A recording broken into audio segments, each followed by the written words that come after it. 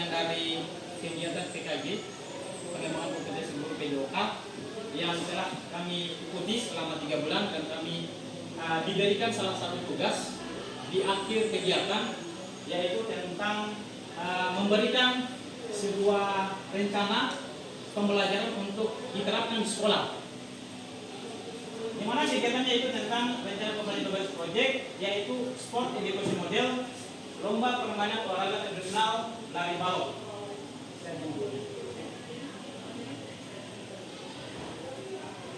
Apa itu Sport Education Model? Ini merupakan salah satu pendekatan pembelajaran PJOK yang menawarkan pengalaman yang lengkap dalam konteks kehidupan nyata di bidang olahraga. Kemudian kita lihat di era global yang semakin berkembang, kita juga dihadapkan pada tantangan yang semakin kompleks dalam menyediakan pendidikan yang bermakna dan menginspirasi. Sehingga SEM ini, atau disebut dengan Sport Education Model, menekankan pentingnya memberikan pengalaman bermain peran sebagai pemain, pelatih, kemudian wasit, dan peran yang lainnya. Kemudian latar belakang dari kegiatan ini, kita lihat bersama bahwa di setiap jam istirahat itu hampir semua peserta didik dapat menggunakan lapangan untuk bermain, dikarenakan masih didominasi oleh peserta didik yang lebih sering memainkan permainan bola basket, bola voli maupun sepak bola. Tetapi masih ada sebagian peserta didik juga yang ingin melakukan sebuah permainan pada waktu jam istirahat. Karena dilihat dari segi lahan ataupun tempatnya kita di sekolah itu cukup luas, sehingga kami menawarkan salah satu permainan tradisional. Dalam hal ini kami akan melakukan sebuah kolaborasi antara kelima dengan tema kearifan lokal.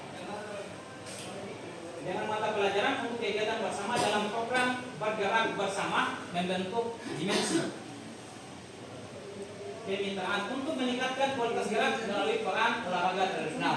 Melalui permainan olahraga tradisional, lari balok diharapkan peserta didik dapat melakukan kegiatan permainan olahraga tradisional secara berkelanjutan dan bermakna. Perlu adanya program pendukung yang dilakukan secara berkelanjutan.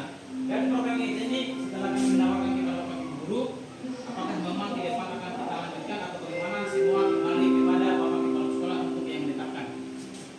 Kemudian tujuan pembelajaran dalam pendidikan gerak, yang pertama meningkatkan keterampilan motorik peserta didik melalui kegiatan yang melibatkan gerak tubuh. Yang kedua, mengembangkan sikap disiplin, kerjasama, dan kemandirian melalui aktivitas gerak.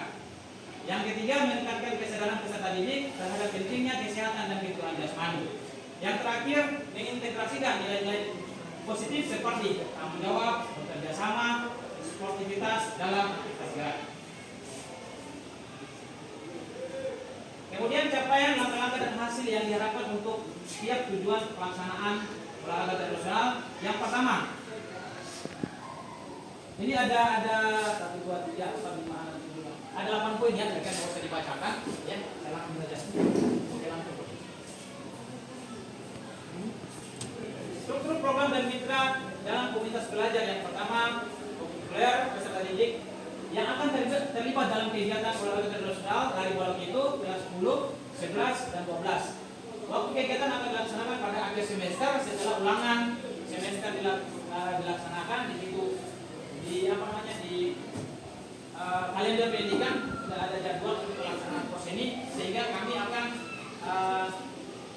menyelipkan kegiatan olahraga tradisional di kegiatan pos ini. Kemudian penanggung jawab di sini adalah Bapak Kepala Sekolah. Yang berikutnya, komunitas belajar sekolah yang menjadi lokomotif atau kontributor adalah guru mata pelajaran PJOK serta guru informatika yang akan berperan dalam penggunaan teknologi. Karena di sini kami akan kegiatannya akan secara live ya, dan kemudian nanti kami akan posting di Facebook. Maka sebab itu kami membutuhkan teman-teman guru yang lain untuk bisa bekerjasama dalam mensukseskan kegiatan ini. Kemudian yang berikutnya mitra dengan wali kelas sebagai koordinator pelaksanaan kegiatan peserta didik dan pihak lainnya yang terlibat. Pernyataan tentang kapasitas yang dimiliki oleh sekolah. Yang pertama, Bapak Kepala Sekolah sebagai penanggung jawab atau yang mengambil kebijakan yang disebut dengan aksi politik. Yang berikutnya, yang kedua, guru sebagai fasilitator, pendamping, supervisor atau konsultan program pengembangan kapasitas kompetensi guru. Yang ketiga, peserta didik di sini mengasah inisiatif dan partisipasi program melatih kemampuan, keterampilan serta kerjasama.